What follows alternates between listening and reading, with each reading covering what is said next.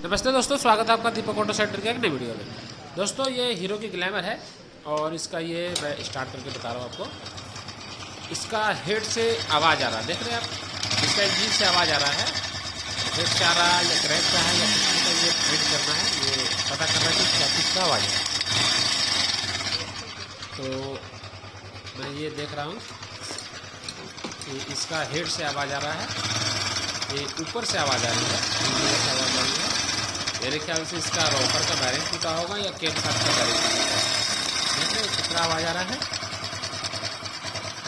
कितना आवाज़ आ रहा है, खट खट खट खट की साउंड आ रही है, बहुत ज़्यादा साउंड आ रही है। जबकि स्मूथ होना चाहिए, गाड़ी ज़्यादा पुरानी नहीं है तो इसका स्मूथ साउंड नहीं आ पा रहा है। तो इसके लिए हमें क्या करना होगा, इसके लिए ये पता लगाने के लिए कि ये किस चीज़ का साउंड है, मैं इसका कैप को खोल लेता हूँ, टाइफिड कैप, और ये इस पॉकेट कैप को हम खोल लेते हैं। उसके बाद चेक करते हैं कि क्या चीज़ का साउंड है। ये हमने इस पॉकेट कैप को खोल दिया और टाइफिड कैप दोनों खुला हुआ है। तो ये इस पॉकेट हल्का फुल्का राउंड ले रही है, हल्का फुल्का प्ले चल रही है, टाइफिड दोनों सही है। इस पॉकेट ही हल्का फुल्का मुझे डाउट लग रहा है कि ये प्ले चल रही है, तिरछा चल रहा है ये। तो मेरे ख्याल से इसका जो रॉकर का बैरिंग है ये ख़राब हो चुका है या टूट गया होगा। तो इसके लिए हमें ये खोलना पड़ेगा। ये देख रहे हैं, ये हल्का फुल्का मतलब कि माइनर है, ज़्यादा नहीं है, लेकिन बड़ा वाला बैरिंग इसका सही होगा। अपोजिट साइड वाला, पीछे साइड वाला छोटा वाला जो बैरिंग है वो टूट गया होगा। देखो थोड़ा सा प्ले चल रहा है। टाइफिड दोनों सही है, क्योंकि टाइफिड से अगर आवाज़ आती, रॉकर की आवाज़ आती तो ऐसा नहीं होता। तो इसके लिए हम क्या करेंगे, ये इस पॉकेट को खोलेंगे और कैम शाफ्ट को बाहर निकालेंगे। तो इस पॉकेट को खोलने के लिए हम इसे एडजस्टर को लूज़ करेंगे। इस एडजस्टर को लूज़ करने के बाद इस पॉकेट दोनों नट खोलकर बाहर निकाल लेंगे। तो चलिए इसे हम इस पॉकेट को बाहर निकाल लेते हैं। तो इस पॉकेट को हमने बाहर निकाल लिया और टाइमिंग चेन को बगल में एक रस्सी के सहारे हमने बांध दिया ताकि वो अंदर न चला जाए। और इसका जो पिन का लॉक है उसे हमने बाहर निकाल दिया और हम ये कैम शाफ्ट को बाहर निकालते हैं खींचकर। यह आसानी से आ जाएगा बाहर। ये देखिए, ये अंदर का बैरिंग टूटा हुआ है इसका जो छोटा वाला बैरिंग है ना, ये टूटा हुआ है, देख रहे, ये बैरिंग टूटा हुआ है और इसका टूटा हुआ भाग अंदर में ही है। उसका गोली वगैरह भी शायद अंदर में ही है। तो ये टूट गया, इसलिए ये आवाज़ कर रहा है। गाड़ी की साउंड बहुत ख़राब हो गई थी। तो इसका टूटा हुआ भाग मैं निकाल लेता हूँ से बैरिंग का, और बाकी गोली वगैरह भी अंदर में है, गोली वगैरह भी अंदर में है। गोली वगैरह को हम निकाल लेते हैं। ये बैरिंग टूट गया है। ये स्प्लेंडर का और ये ग्लैमर का एक ही बैरिंग होता है, साइज़ दोनों का एक ही होता है। तो बैरिंग हमें चेंज करना पड़ेगा जिससे कि इसका आवाज़ सही हो जाए। हम बैरिंग जब नया लगाएंगे तो इसका साउंड सही हो जाएगा। तो पहले हम इसका जो गोली वगैरह टूटा हुआ है उसे हम बाहर निकाल लेते हैं। ये बैरिंग का गोली वगैरह है, तो जितने भी 7-8 गोली होंगे, सारे गोली जो यहाँ पर रखा हुआ उसे हम बाहर निकाल लेते हैं। अगर एक आध छूट भी जाए तो कोई दिक्कत नहीं है, ये कहीं इंजन वगैरह कहीं जाएगा नहीं। ये बाय द वे आगे चलकर ये इंजन ऑयल के सहारे बाहर आ ही जाएगा। इसी के लिए हमें पूरा इंजन खोलने की ज़रूरत नहीं है। तो जितना भी हमें यहाँ पर दिख रहा है गोली वगैरह, सब सारे गोली को हम बाहर निकाल लेंगे। और कुछ लॉक्स भी टूटे हुए हैं इसके। बैरिंग अगर पूरा टूट गया है तो इसका लॉक्स वगैरह भी टूटा हुआ है। ये इसका गोली है, इतना गोली निकला, और शायद इक्का दुक्का लॉक्स भी होंगे छोटा मोटा, उसे भी देख लेंगे। देखकर हम उसे क्लीन कर लेंगे। और ये बैरिंग जब टूटा है तो इसका गोली और लॉक्स रहते हैं उसमें, जो पूरा बाहर आ गया। तो ये जो बैरिंग है, ये बैरिंग को हम न्यू लगाएंगे। और बैरिंग कुछ अलग नहीं होता है, ये स्प्लेंडर वाला ही बैरिंग लगता है। तो इसे हम बाहर निकाल लेते हैं। ये जो कैम शाफ्ट में फंसा हुआ बाकी पिन, इसे हम बाहर निकालते हैं। जो बैरिंग का अंदर का भाग है उसे हम बाहर निकाल लेते हैं। बाहर निकाल के इसमें न्यू बैरिंग लगाते हैं, और न्यू बैरिंग लगाने के बाद हम इसे स्टार्ट करेंगे गाड़ी को। तो इसमें हम ये बैरिंग, ये अंदर वाला बैरिंग हमने बाहर निकाल दिया जो फंसा हुआ था उसमें, बैरिंग का निचला हिस्सा, और ये न्यू बैरिंग है। तो एक बैरिंग ख़राब है तो हम एक ही चेंज करेंगे, दोनों चेंज करने की हमें कोई आवश्यकता नहीं है। क्योंकि बहुत से लोग को कहना है कि सेट ही चेंज करना चाहिए, लेकिन जब हम एक बैरिंग ख़राब है तो हम एक ही चेंज करेंगे। अगर दूसरा ख़राब रहता तो हम दोनों चेंज कर देंगे। लेकिन नया वाला जो बड़ा वाला बैरिंग है वो प्ले नहीं है, हल्का फुल्का भी प्ले नहीं है। तो छोटा वाला ही टूट गया, तो छोटा वाला ही चेंज करेंगे हम। तो छोटा वाला चेंज करने के लिए इसे हम लगाकर थोड़ा सा इसमें ठोक देंगे ताकि ये अंदर चला जाए। ये अंदर चला गया ये अंदर। अब हम इसे केम शाफ्ट को हेड में डाल देंगे नोच पिलास की मदद से। दोनों टाई फिट को अंदर पुश करेंगे, अंदर की तरफ, वाल की तरफ, और इसे हम अंदर कर देंगे। ये चला गया अंदर, देख रहे हैं, ये अंदर चला गया आसानी से। और कुछ भी नहीं करना हमें। अब हम इससे इसका स्पॉकेट लगा देंगे, जो टाइमिंग स्पॉकेट है उसे हम फिटिंग कर देंगे। चलिए हम इसका जो उसे बांध कर रखे थे, कभी कभी ऐसा होता है ना कि ऐसे हम लटका देते हैं तो काम वगैरह करने के क्रम में ये अंदर चला जाता है, तो अंदर चला जाने के बाद हमें फिर मैग्नेट खोलना पड़ेगा, तो वो काम नहीं करेंगे। हम यहीं पर बांध देते हैं, हम लोग छोटा मोटा रस्सी या कपड़े से बांध देते हैं। अब हम स्पॉकेट, जो टाइमिंग स्पॉकेट है, उसे हम फिटिंग करेंगे। क्योंकि टॉप में ही हम खोले थे तो हमें टाइमिंग मिलाने की आवश्यकता नहीं है, लेकिन फिर भी हम चेक कर लेंगे कि टाइमिंग सही है या नहीं है। पहले हम इसका जो चैन है इसे हम स्पॉकेट के ऊपर चढ़ा देते हैं।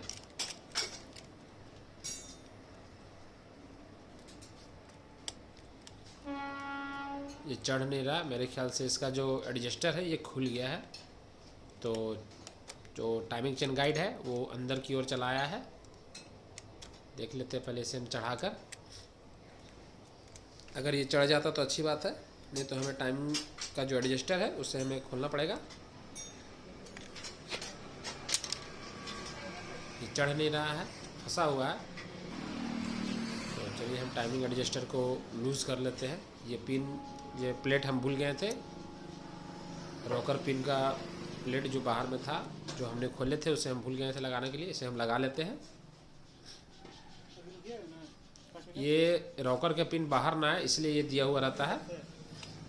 चलिए इसे हम टाइट कर लेते हैं 10 नंबर का टीपाना से। कभी भी आप कोई भी इंजन का कोई भी पार्ट खोले तो उसे एक जगह पर रखें, ताकि आपको फिटिंग होने टाइम परेशानी नहीं होगी। अगर कोई छूट भी जाए तो आपको वहाँ पर दिखेगा कि ये पार्ट छूट गया फिटिंग करने टाइम। तो इसे हम फिर से इस पॉकेट को चढ़ा लेते हैं। इसे हम एडजस्टर को, ये पेचकस मेरे पास छोटा नहीं है, थोड़ा बड़ा है तो ये फंस रहा है। इसे हम टाइट कर लेते हैं ताकि वो ढीला हो जाएगा, लूज़ हो जाएगा टाइमिंग चेन।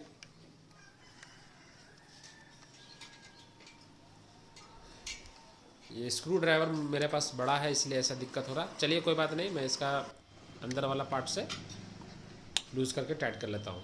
और इस एलेंकी बोर्ड को भी हम खोल लेते हैं ताकि टाइमिंग हमें मिलाना होगा, क्योंकि हम फिटिंग करेंगे तो टाइमिंग हमें मिलाना पड़ेगा। हालांकि टॉप में ही था लेकिन फिर भी चेक करना ज़्यादा ज़रूरी है। ये थोड़ा सा आउट है, देख रहे हैं, ये टॉप में है। मैं आपको लाइट जलाकर दिखाता हूँ, ये टॉप में है। टी का सिंबल देख रहे हैं आप, ये टॉप में है। और स्पॉकेट ये टॉप में है, मैग्नेट टॉप में है, और ये भी यहाँ टॉप में है, देख रहे हैं, दोनों टॉप में है। मार्किंग मारा हुआ रहता है टॉप का, तो दोनों टॉप में है। तो हम कुछ भी नहीं करेंगे, सारा चीज़ को, नट को इसका लगा देंगे। स्पॉकेट का जो 8 नंबर नट होता है उसे हम लगा देंगे, लगाकर फुल टाइट कर लेंगे। चलिए हम इसे लगा देते हैं, फुल टाइट कर लेते हैं।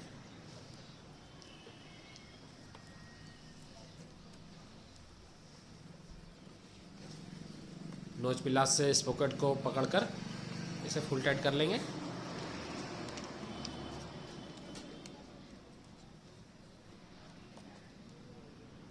दोनों बोल्ट को फुल टाइट कर लेंगे, क्योंकि अगर ये लूज़ रहेगा तो स्पॉकेट भी आवाज़ करेगी, फिर डिफरेंट आवाज़ आने लगेगा। पहले कुछ और था, अब कुछ और आवाज़ आने लगेगा। इसे हम एडजस्टर को खोल देते हैं ताकि टाइट हो जाए। और इसके बाद इसका स्क्रू को लगा देंगे हम। एडजस्टर का जो स्क्रू हमने खोला था उसे हम फिटिंग कर देंगे। चलिए स्क्रू ड्राइवर से इसे टाइट कर लेते हैं।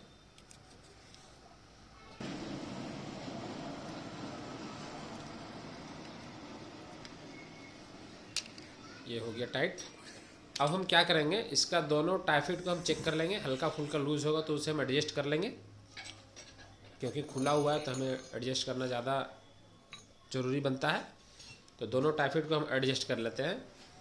ज़रूरत के अनुसार। लूज़ है, दोनों टाइफिट को एडजस्ट कर लेते हैं। उसके बाद हम इसे स्टार्ट करेंगे। ये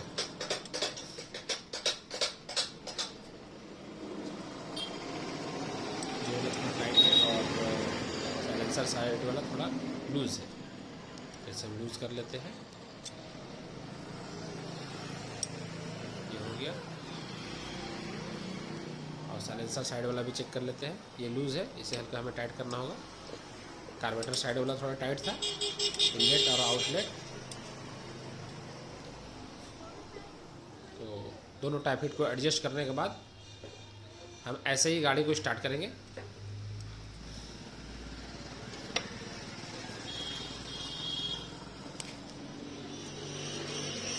चेकनेट को टाइट कर लेते हैं।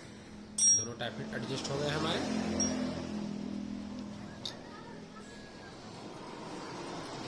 उसके बाद जो टाइफिट कैप है उसे हम लगा देते हैं, क्योंकि वहाँ से ऑयल फेंकने लगेगा जब हम स्टार्ट करेंगे गाड़ी को।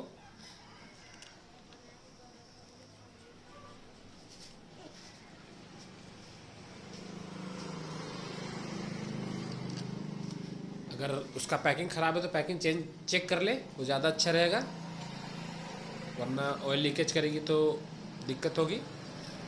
हेड वगैरह भीगा भीगा रहेगा। आप वहाँ पर बोर्ड का भी इस्तेमाल कर सकते हैं।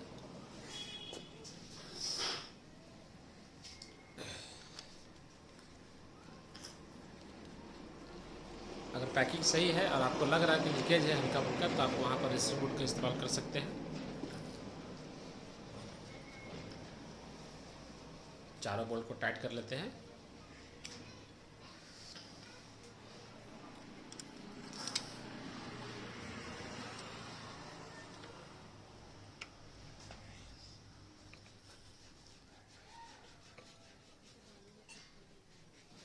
ये हो गया टाइट।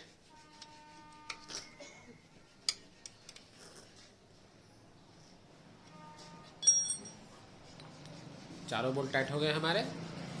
अब हम गाड़ी को स्टार्ट करते हैं। कैप लगा देते हैं इसका। अब हम गाड़ी को स्टार्ट करके इसका साउंड को सुनते हैं कि कैसा इसका साउंड है। जो पहले की भांति इसका साउंड होना चाहिए, क्योंकि जो ख़राब था उसे हमने चेंज कर दिया वायरिंग को।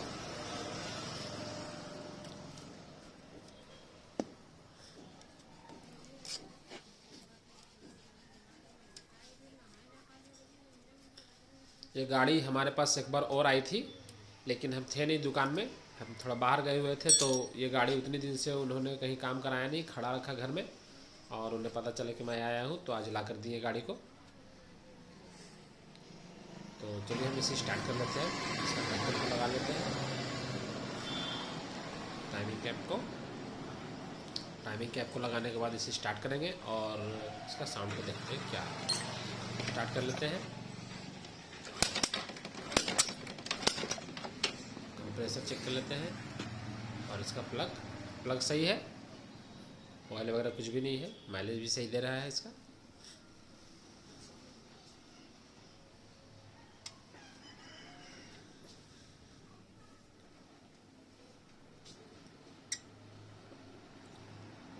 ये गाड़ी का काम करने के बाद हम इसका सर्विस करेंगे, क्योंकि सर्विस वगैरह सारा चीज़ करना है, इंजन ऑयल वगैरह सब चेंज करना है इसका। तो पहले हम इस आवाज़ को चेक कर लिए और ये प्रॉब्लम सॉल्व होने के बाद बाकी इसका काम करेंगे। उसके बाद गाड़ी हम डिलीवर करेंगे। चलिए गाड़ी को स्टार्ट कर लेते हैं।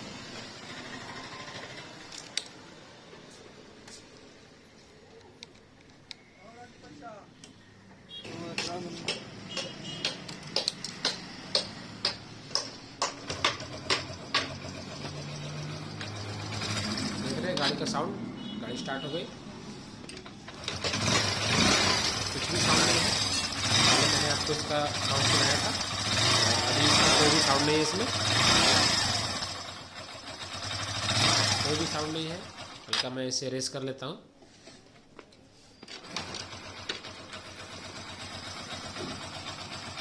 कोई साउंड नहीं है इसमें। तो ये कंप्लीट हो गई। इसका बैरिंग ही टूटा हुआ था और बैरिंग का ही आवाज़ आ रहा था। कैमशाफ्ट थोड़ा अप डाउन चल रहा था, इसलिए वो आवाज़ कर रहा था। ये वाला बैरिंग चेंज किया हमने। कैम शाफ्ट बैरिंग, और कुछ भी नहीं करना पड़ा। तो कभी कभी ऐसा होता है कि हमें आवाज़ कहाँ से आ रहा है उसे समझने में थोड़ा प्रॉब्लम होता है, क्योंकि जब पुरानी गाड़ी होती है ना, तो क्रैंक का आवाज़ है, पिस्टन का आवाज़ है, हेड का आवाज़ है, रोटर का आवाज़ है, तो पुरानी गाड़ी में दिक्कत होती है। लेकिन जब न्यू गाड़ी होती है तो उसमें उतना दिक्कत नहीं होता, क्योंकि सारा चीज़ तो नहीं रहता, गया होगा तो एक ही चीज़ कोई गया होगा, ऐसा नहीं है। तो ये कंप्लीट होगी गाड़ी फुल्ली। अब मैं इसका टैंक वगैरह सब लगा के, इसका सेल्फ वगैरह काम नहीं कर रहा है, चूहा वगैरह था इसमें, वायरिंग वगैरह कट कर दिया है। तो इसका वायरिंग वगैरह भी चेक करेंगे, और चेक करने के बाद गाड़ी की सर्विस करेंगे, और सर्विस करने के बाद गाड़ी पार्टी को डिलीवर, जिनकी गाड़ी है कस्टमर को डिलीवर कर देंगे। इसका टैंक वगैरह सारा चीज़ लगा लेते हैं, टैंक वगैरह सब लगा दिए, और इसका टूलिंग वगैरह सारा चीज़ एडजस्ट कर लेते हैं, टैंक का बोल्ट लगा देते हैं। तो दोस्तों ऐसा होता है, आप अगर काम कर रहे हैं तो काम करते करते आपको एक्सपीरियंस हो जाता है कि कौन सा साउंड कहाँ से आ रहा है, क्या प्रॉब्लम है। वैसे तो मैकेनिक लाइन में ऐसा होता है कि कभी कभी बहुत ज़्यादा दिक्कतों का सामना करना पड़ता है, कोई आवाज़ पता नहीं चल पाता कि कहाँ से आ रही है, कोई वायरिंग समझ में नहीं आता कि कहाँ से कट हुई है। तो आप जितना काम करोगे उतना आप एक्सपीरियंस होगा आपको, ऐसा नहीं कि आप फुल्ली एक्सपीरियंस।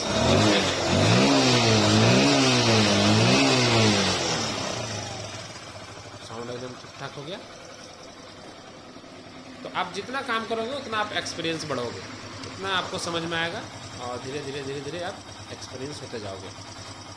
ट्यूनिंग एडजस्ट कर लेते हैं इसका हम, थोड़ा सा हमने रेस किया था इसे इंजन को।